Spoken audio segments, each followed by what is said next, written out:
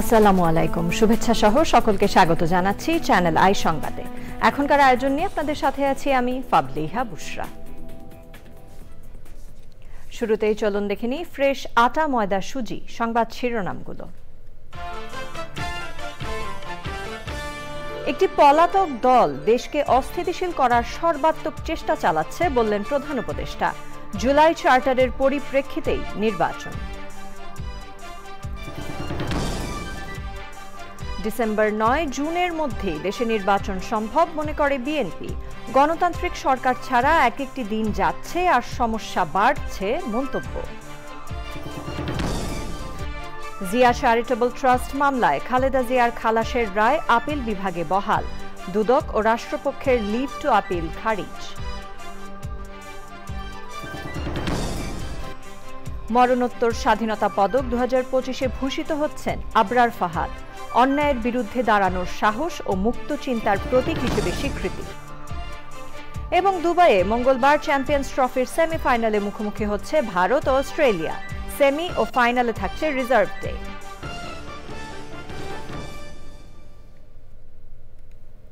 এছাড়াও নিটোল টাটা বিশেষ সংবাদে থাকছে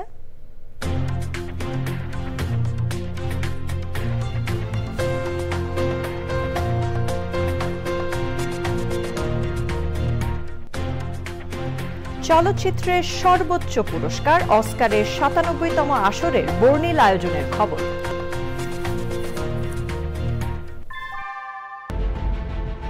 Primacy inbuilt. German technology, Bangladesh's first thermix rod. Salam Steel Thermax. সংবাদ শিরোনামগুলো জানাচ্ছিলাম। এখনকার এই সংবাদ আয়োজন একই সঙ্গে চ্যানেল আই এর ইউটিউব চ্যানেল এবং চ্যানেল আই এর ওটিটি প্ল্যাটফর্ম আই স্ক্রিনে লাইভ স্ট্রিম হচ্ছে। এবার জানাবো বিস্তারিত। প্রধান উপদেষ্টা ডক্টর মোহাম্মদ ইউনূস বলেছেন, একটি পলাতক দল দেশকে অস্থিতিশীল করতে সর্বাত্মক চেষ্টা করছে। বিবিসি বাংলাকে দেয়া সাক্ষাৎকারে তিনি বলেছেন, ধ্বংসস্তূপ থেকে দেশের আসল চেহারাটা বের করে আনা ও দৈনন্দিন জীবন সহজ করে আনার চেষ্টা করছে সরকার। মোস্তফা মল্লিকের রিপোর্ট। ২০২৪-এর জুলাইয়ে কোটা সংস্কার আন্দোলন থেকে শুরু, এরপর সরকার পতনের এক দফা আন্দোলন। আগস্টে সরকার পতনের পর অধ্যাপক মোহাম্মদ ইউনূসের নেতৃত্বে দায়িত্ব নেয়া অন্তর্বর্তী সরকার পার করেছে প্রায় ৭ মাস। এই ৭ মাসে আইনশৃঙ্খলা পরিস্থিতি, বিভিন্ন খাতে সংস্কার ও নির্বাচন সহ নানা বিষয়ে বিবিসি বাংলার সাথে কথা বলেছেন অধ্যাপক মোহাম্মদ ইউনূস। ১৬ বছর ধরে চলতে পেরেছে, আমরা কিছুই করতে পারিনি। তিনটা নির্বাচন হয়ে গেল, ভোটারের কোনো দেখা নাই। এই যে অসংখ্য রকমের দুর্নীতি এবং ব্যর্থতা, মিসরুল ইত্যাদি, যে ধ্বংসাবশেষ থেকে এসেছিলাম, এখন একটা নতুন চেহারা আসছে, ভেসে উঠছে যে আমরা অর্থনীতি সহজ করেছি, দেশ বিদেশের আস্থা অর্জন করেছি, এটা তো পরিষ্কার। প্রধান উপদেষ্টার কাছে প্রশ্ন ছিল, অন্তর্বর্তী সরকার কেন আইনশৃঙ্খলা পরিস্থিতি নিয়ন্ত্রণ করতে পারছে না? কোনোটাই ভালো হয়নি সেই অর্থে। যত ইচ্ছা আমাদের ইচ্ছা তো অনেক, আমরা রাতারাতি দেশ পরিবর্তন করতে চাই, সেটা তো আমরা পারিনি। পুলিশ বাহিনী যাকে দিয়ে আমরা কাজ করাচ্ছিলাম, তারা ভয়ে রাস্তায় নামছিল না, কারণ 2 দিন আগে তারা এদেরকে গুলি করেছে। কাজে মানুষ দেখলেই সে ভয় পায়। কাজে তাকে ঠিক করতে করতে আমাদের কয়েক মাস চলে গেছে। এখন মোটামুটি ঠিক হয়ে গেছে, আবার নিয়ম শৃঙ্খলার দিকে আমরা রওনা হয়েছি, কাজ করতে থাকবো। একটা পলাতক দল দেশ ছেড়ে চলে গেছে, তাদের নেতৃত্ব চলে গেছে, তারা সর্বাত্মক চেষ্টা করছে এটাকে আনসেটল করার জন্য।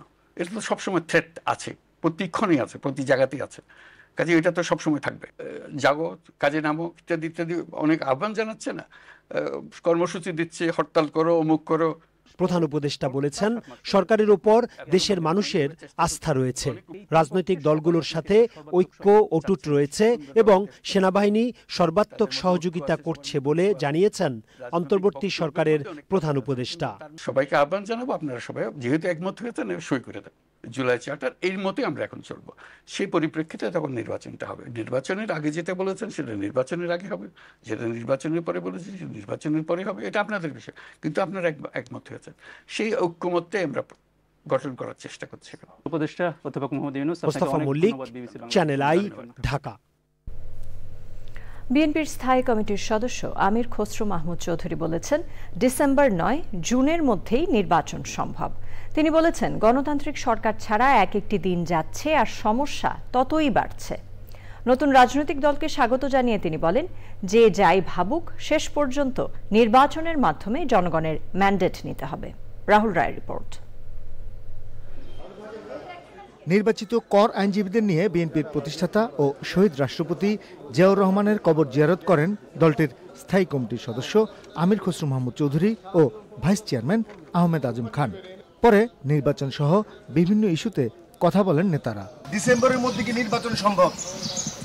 নির্বাচন তো জুন মাসের মধ্যে সম্ভব। নির্বাচন কমিশন যেটা বলছে, তারা তো তাদের প্রস্তুতি সম্বন্ধে কোনো সন্দেহ তো কেউ প্রকাশ করছে না।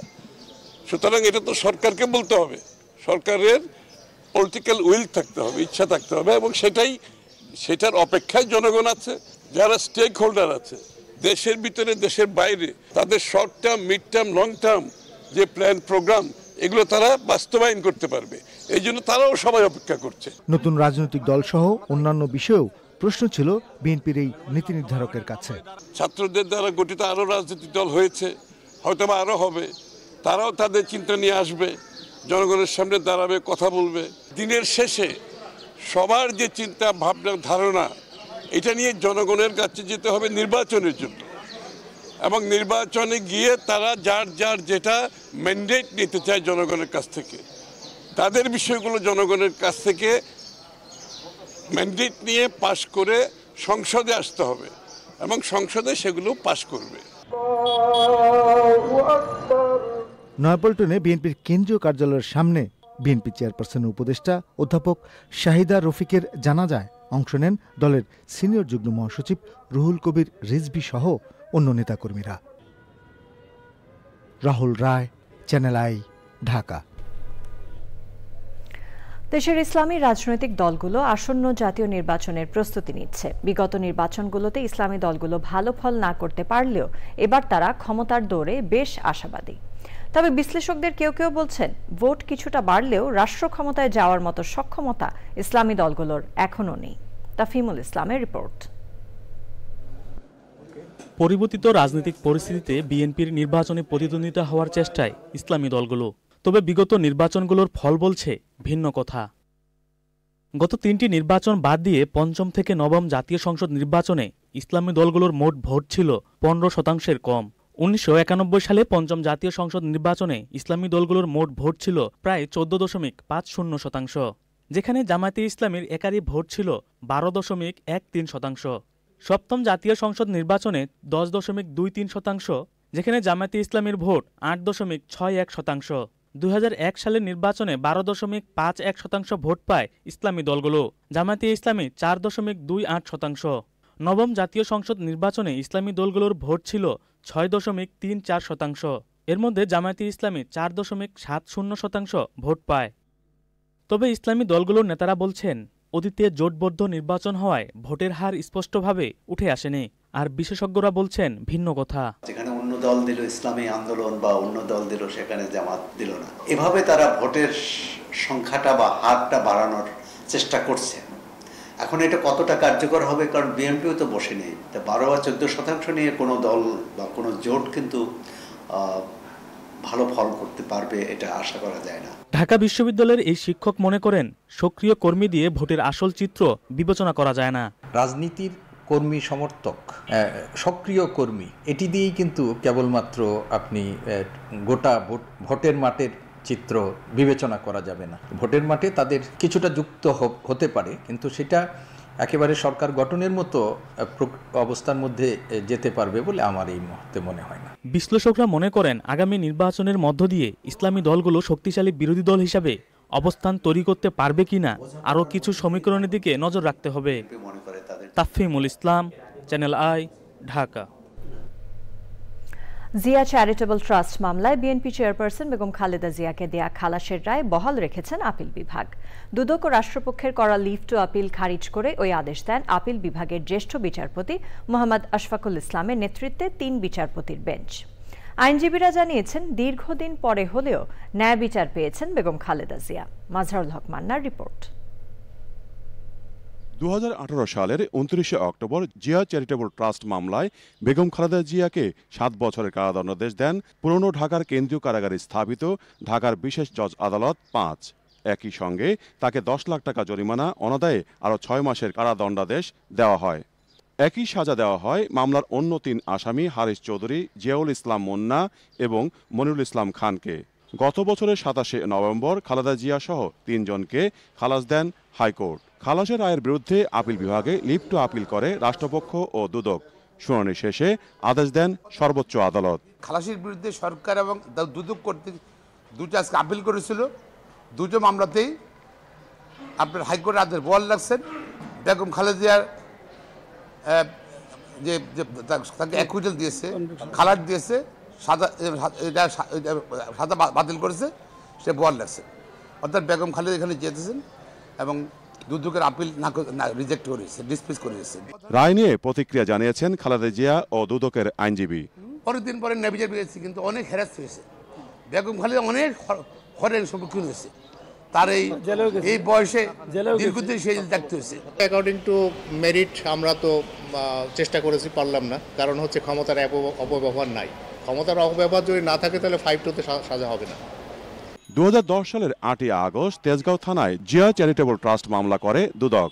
মামলায় ট্রাস্টের নামে অবৈধভাবে 3,15,43,000 টাকা লেনদেনের অভিযোগ করা হয়। মাজহরক মান্না, চ্যানেল আই, ঢাকা।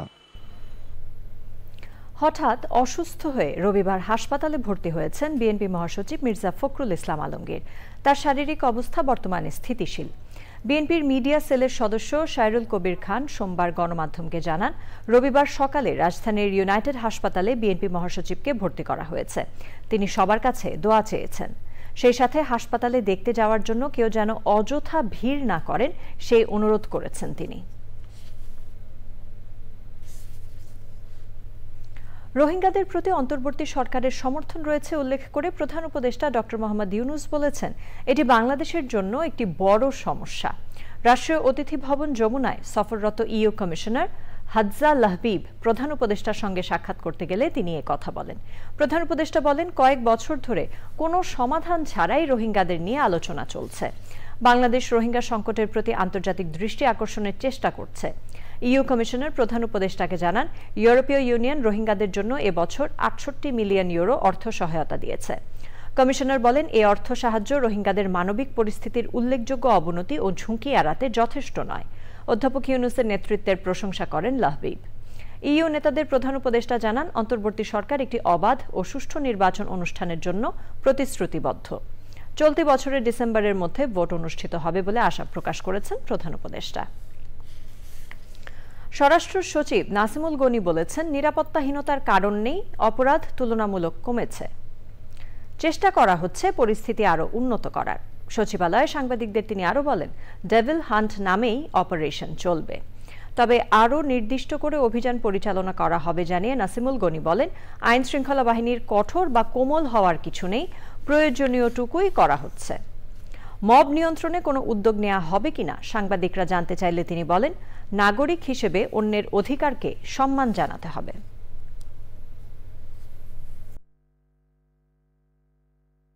আমরা একটা বিধ্বস্ত পুলিশ বাহিনী পেয়েছি। আস্তে আস্তে তারা they have got a control over the whole area এবং এগুলো ডেভেলপ করছে, প্রতিদিনই উন্নত হওয়ার চেষ্টা করছে।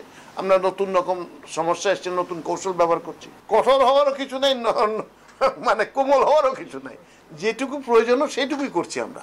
ঘটনার এক একজনের উস্কানিতে এক এক রকম হয়, তো আমরা এই ধরনের ইয়ের জন্য আমরা তেমনি জেনারেলি অ্যাপিল করছি যে মানুষকে রাইম অ্যান্ড রিজন বুঝতে হবে, মানুষের অপরের রাইটসকে সম্মান জানাতে হবে। বৈষম্যমূলক কোটা পুনর্বহালের প্রতিবাদের পাশাপাশি ছাত্র নাগরিক গণ অভ্যুত্থানে শহীদ ও আহতদের সুচিকিৎসা পুনর্বাসনের দাবি জানিয়েছে বাংলাদেশ ছাত্র অধিকার পরিষদ। ঢাকা বিশ্ববিদ্যালয়ের মধুর ক্যান্টিনে আয়োজিত সংবাদ সম্মেলনে ছাত্র অধিকার পরিষদের সভাপতি বেনিয়ামিন মোল্লা বলেন, নতুন করে কোটার সিদ্ধান্ত জুলাই গণ অভ্যুত্থানের প্রকৃত চেতনাকে ভুল পথে প্রবাহিত করে। সম্প্রতি শিক্ষা মন্ত্রণালয়ের এক অফিস আদেশে বলা হয়েছে, শহীদ মুক্তিযোদ্ধাদের সন্তানদের পাশাপাশি জুলাই গণ অভ্যুত্থানে আহত ও শহীদ পরিবারের সদস্যদেরও সরকারি মাধ্যমিক বিদ্যালয়ে ভর্তির জন্য 5% কোটা রাখা হয়েছে।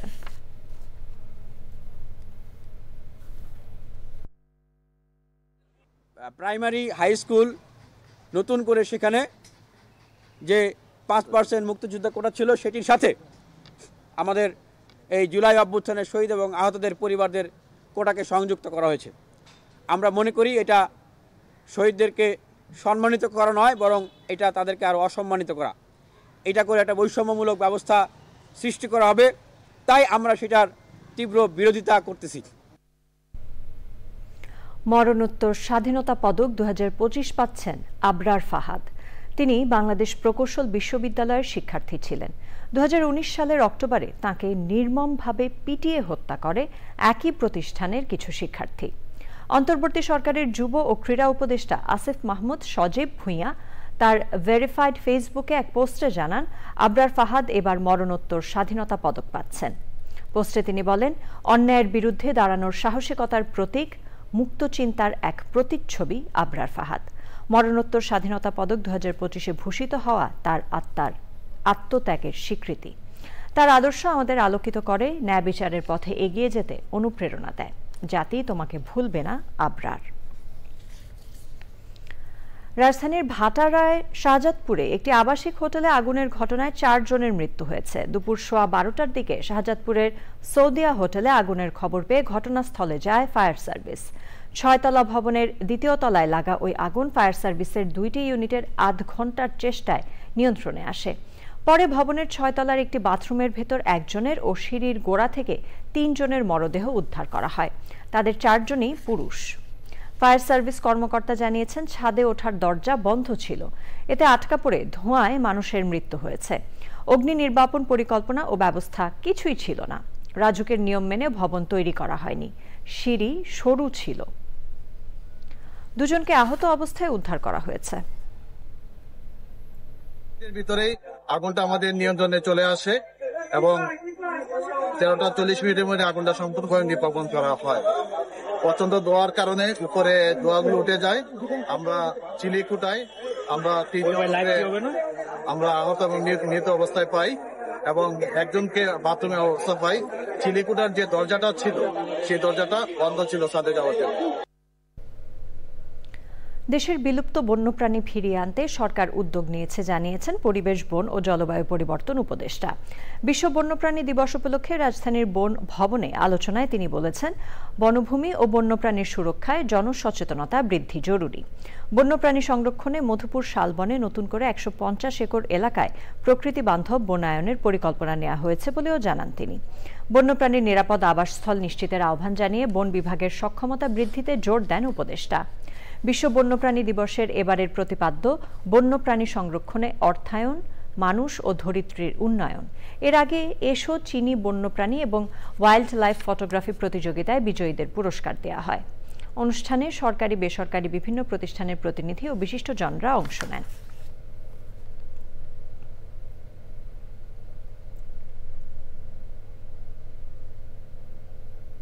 প্রাণী যেন বনেই প্রাথমিকভাবে থাকে, তার জন্য যেন আবাসস্থল সৃষ্টি হয়, বনটা যেন আমরা তার জন্যই ছেড়ে দিই, এইগুলো দর্শন দিয়ে মূলত আমরা কাজ শুরু করেছি।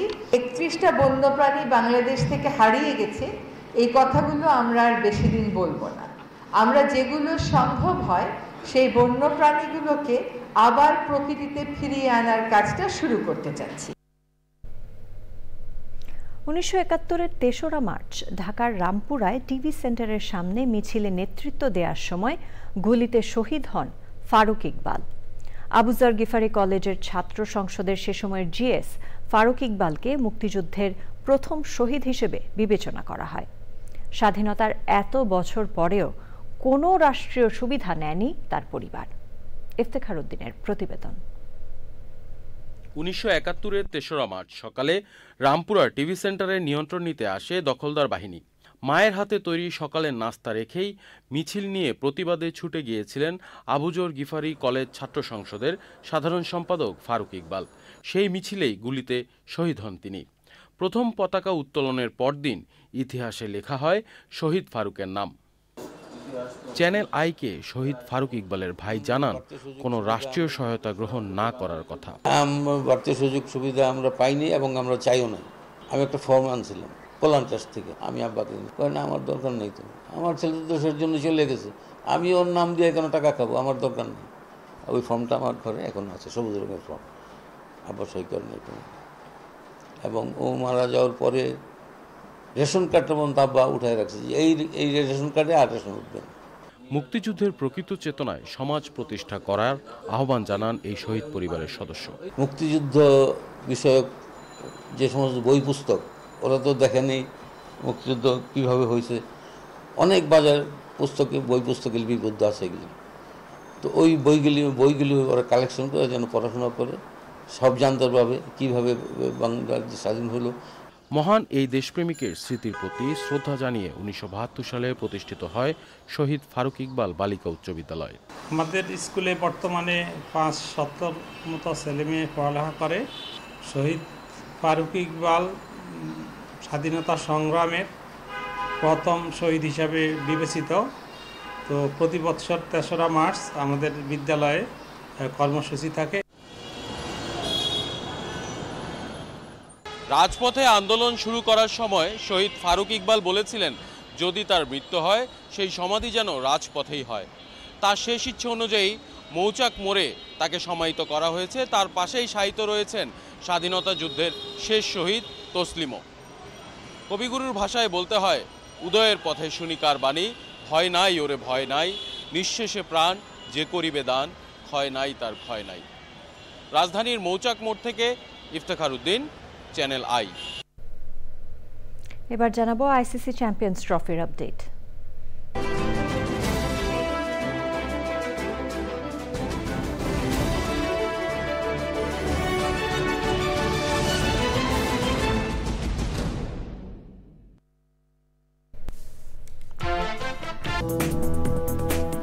বিরতির পর সাথে থাকার জন্য ধন্যবাদ সবাইকে। ইউক্রেনের প্রেসিডেন্ট ভলোদিমির জেলেনস্কি বলেছেন, যুক্তরাষ্ট্রের সাথে বিরল খনিজ সম্পদ নিয়ে চুক্তি সই করতে প্রস্তুত রয়েছে তার দেশ। লন্ডনের ল্যাঙ্কাস্টার হাউসে ইউক্রেন সংকট নিয়ে সম্মেলন শেষে বিবিসিকে কথা বলেন জেলেনস্কি। তিনি যুক্তরাজ্যের রাজা 3য় চার্লসের সঙ্গেও দেখা করেছেন। নিটোল টাটা বিশেষ সংবাদ।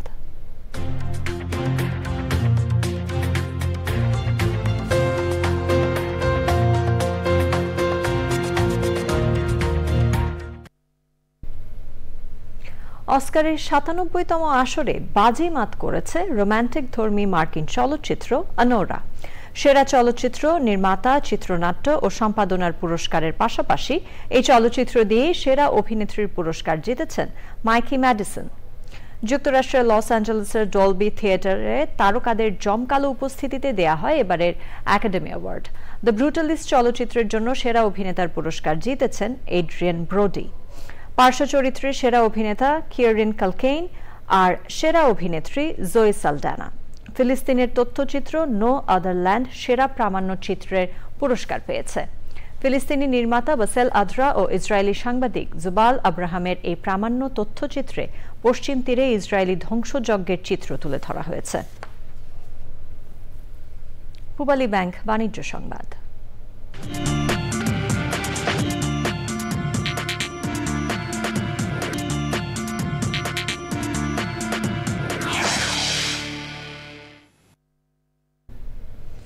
রোজার বাজারে হঠাৎ করে ভোজ্য তেল উধাও হয়ে যাওয়ার খবরে দেশের সবচেয়ে বড় পাইকারি বাজার চট্টগ্রামের খাতুনগঞ্জে যৌথ মনিটরিংয়ে নেমেছেন সিটি মেয়র ও জেলা প্রশাসক। অভিযানে কোনো দোকানে ভোজ্য তেলের সন্ধান না পেলেও নিত্য পণ্যের তালিকা টাঙানো সহ রমজানে পণ্যের দাম কমানোর জন্য ব্যবসায়ীদের প্রতি অনুরোধ জানান city mayor doctor Shahadat Hossain ও জেলা প্রশাসক ফরিদা খানম। বাজারে ভোজ্য তেলের সংকট নিরসনে মঙ্গলবার আমদানিকারক এবং ব্যবসায়ীদের নিয়ে জরুরি সভা ডেকেছেন মেয়র এবং জেলা প্রশাসক। সেই সাথে রমজানে বাজার নিয়ন্ত্রণ রাখতে মহানগর এবং জেলাকে 21 সার্কেলে ভাগ করে 400 বাজার মনিটরিং অভিযান পরিচালনার ঘোষণা দেন জেলা প্রশাসক। সংবাদে আবারও সময় হয়ে গেল একটি বিরতি নেবার। বিরতির পর খেলার খবরে জানিয়ে ফিরব। অনুষঙ্গ হালিম। রাজধানীতে হালিমের চাহিদার শীর্ষে কলাবাগানের মামা হালিম। আরো জানাচ্ছেন পরাগ আসিম। 1972 সালে প্রতিষ্ঠার পর থেকেই জনপ্রিয় কলাবাগানের মামা হালিম অর্ধ শতাব্দীর বেশি সময় ধরে মামা হালিম ধরে রেখেছে তাদের গুণগত মান। ইফতারেও নগরবাসীর চাহিদা থাকে মামা হালিমের।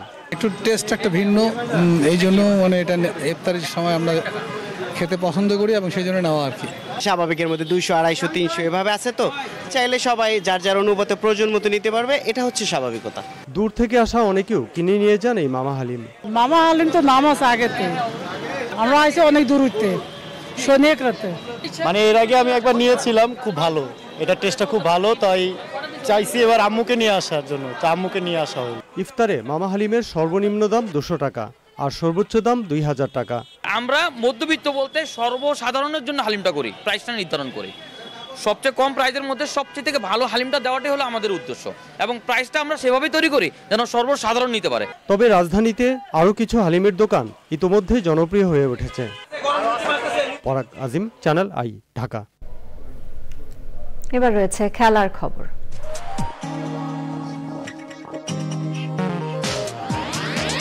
মামলায় খালেদা জিয়ার খালাসের রায় আপিল বিভাগে বহাল, দুদক ও রাষ্ট্রপক্ষের লিভ টু আপিল খারিজ।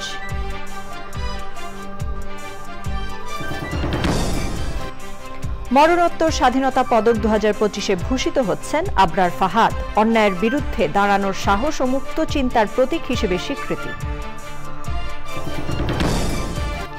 এবং দুবাইয়ে মঙ্গলবার চ্যাম্পিয়ন্স ট্রফির সেমিফাইনালে মুখোমুখি হচ্ছে ভারত ও অস্ট্রেলিয়া। সেমি ও ফাইনালে থাকছে রিজার্ভ ডে।